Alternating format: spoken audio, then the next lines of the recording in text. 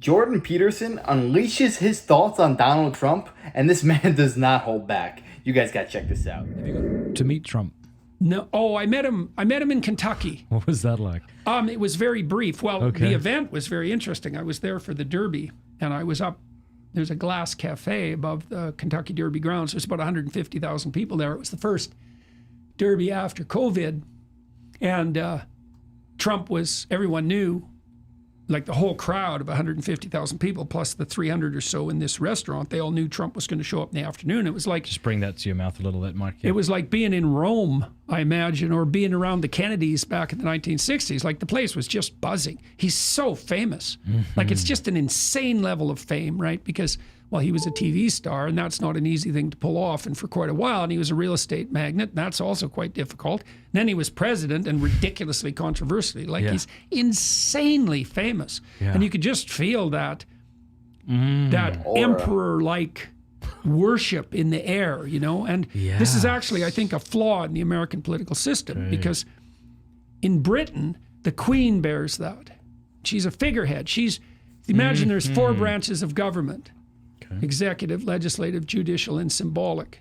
The president bears the symbolic weight in the U.S. It's not good because that tilts the polity towards deification of the president. That's why you have the first lady. It's like, what the hell's that? Yeah. There's no first lady in Canada. Yeah. You know, nobody cares who the prime minister's wife is, and that's right. That's rightly so. It's like the first lady. Well, that's the queen. Yeah. You guys don't need a queen, but you want one. Yeah. Right. With the Blessed Mother. Yeah, well, that's a better substitute. He makes a great point about the first ladies, because if you think about it, people were talking about Michelle Obama fulfilling Joe Biden in this next election. What did Michelle Obama actually do? She's just a figurehead. He's right on the money. We look at these people like they're a deity. Meanwhile, I think we're giving them way too much power. What do you guys think? All right, so you're at this Kentucky Derby. You're feeling the energy. How did you meet him? I had flown out that day to do a talk, convocation somewhere, and I came back just as the air space was closed, and then I made it to the Derby like with about 10 minutes to spare before they locked it down. The army was everywhere. The place was just buzzing, and Trump strolled in, and it was like, well, that much fame gives people a tremendous charisma, you know, and it's a lot for one person. I think he has a good family, and thank God for that, and he seems to have managed that well. And I know people who know him, and they have faith in him privately. He's a bully, and a very good one. He's an unbelievably sophisticated 13-year-old bully. Interesting. Like his ability to wield a nickname is unparalleled. No one can match He's it. great. He's great at that.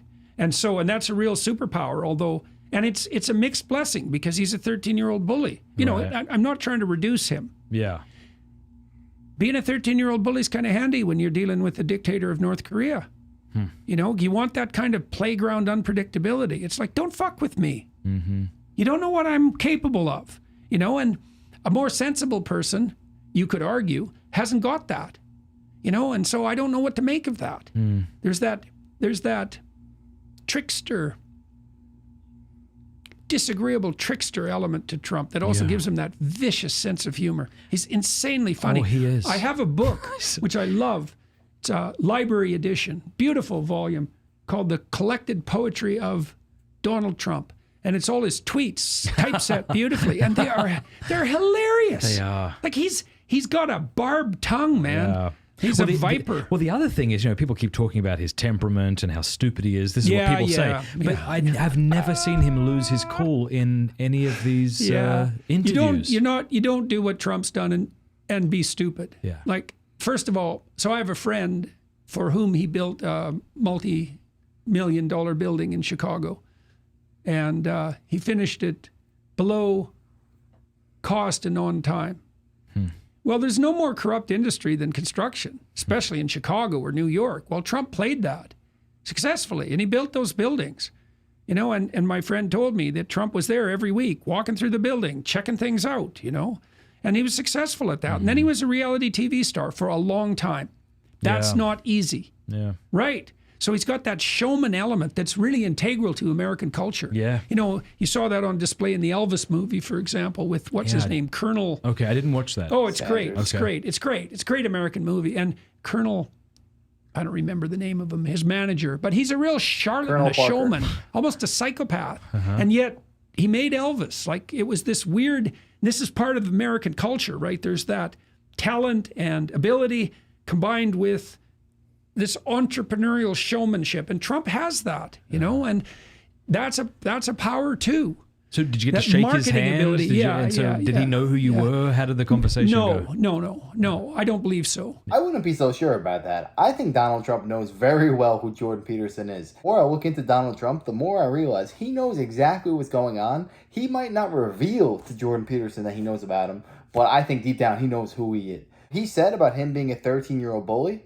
I like Donald Trump, and I gotta agree with him. He is dead on the money with that. What he is doing is branding. He's marketing. He's a master at all of that. Because when he was running in 2016, his ability to label his opponents as different nicknames worked like a charm. Little Marco, Lion Ted, Crooked Hillary. These things stick. They stay in people's minds. He knows exactly what he's doing. So if he met Jordan Peterson and pretended he didn't know him, I think that's a lie. I think Donald Trump knew very well who Jordan Peterson was. It was very brief. Yeah. And so I've been trying to finagle him onto my podcast, and I've made contact That might obliquely with actually him. break the internet. Yeah, well, the thing is, I don't think he'll do it. And the reason for that is he doesn't have anything to gain. Yeah. I don't think. Has Rogan tried to get him on? Because that would break the internet. Yeah, that's for sure. Oh, I don't know. You know, Joe tends to veer away from the political, and Yeah. I can understand that too. You know, I've had political speakers on my podcast, and usually it doesn't work It's well. brutal. Yeah, they don't get many views generally. Well, you know, it's like they have a script. Well- and it's like they're reading from something. They're not a human being who's flesh and blood. They're yeah, well, an that's Aaron, algorithm right? or That's the something. political voice that turns toward the worship of the golden calf at the drop of a hat. Which is why people like Trump, because you get the sense that Yeah. even if you don't like him, he seems like he's being honest. Yeah. As, Well, as that's right. opposed There's to a, Mike Pence, when he Yeah. got up and would start talking, you're like, you were made in a lab. I don't mean disrespect to him, but, well, I guess I do. That was a pretty disrespectful thing to say, but he came off very... yeah, well, Trump has that unvarnished element, and that's also something that's very appealing to working class people, right? Because he doesn't talk down to people. yes. He He's talks very good at like that. a lot of people talk, Yeah, like we talk. Yeah, well, and he's got that gift of spontaneity. You know, he doesn't craft his speeches, and of course that makes him a bit of a loose cannon. But people like that for the same reason they like these long form discussions. Yeah. It's like, well, we know you might be deceiving us, but not in a practiced and calculating way, right? Yeah. You know, maybe Yeah. some of your personality flaws are leaking through, but Yeah. but at least that's kind of like honest deception. I thought when Trump won, I thought, well, they preferred the spontaneous lies of Trump to the calculated lies of Hillary. Yeah. You know, and that's very cynical, but there's something about it that's accurate. Yeah. Yeah, wild. And I would like to say a few things in Trump's favor. Amen. Please do. Profound favor. No wars on Trump's watch. Right. He got no credit for that. That's a big deal. We've had plenty of wars in the interim. And God only knows if we're in the middle of World War III. We certainly could be. Right. Right. And God only knows where it's going. And then the next thing is Trump managed the Abraham Accords. Mm-hmm. Yeah, well, he should have got a Nobel Peace Prize for that. Obviously. It was the biggest move forward to peace. It's even held through the Hamas crisis. It's a bloody miracle. You know, and if Biden would have had an ounce of integrity on the foreign policy front, he would have rewarded Trump for the Abraham Accords. Maybe Trump would have just rode off into the sunset if he would have got some due credit. And they would have brought Saudi Arabia into the fold because that was on the table. I know that for a fact, right? And so Biden, nope, there was no way they were going to give Trump credit. And so they didn't pull the Saudis in. And that was a big mistake, a big mistake, right? And maybe this whole catastrophe that's emerging now is a consequence of that. The reason that Biden was so against all of Donald Trump's foreign policy is because they have different goals. Donald Trump wanted world peace. He wanted the world to be a safer place.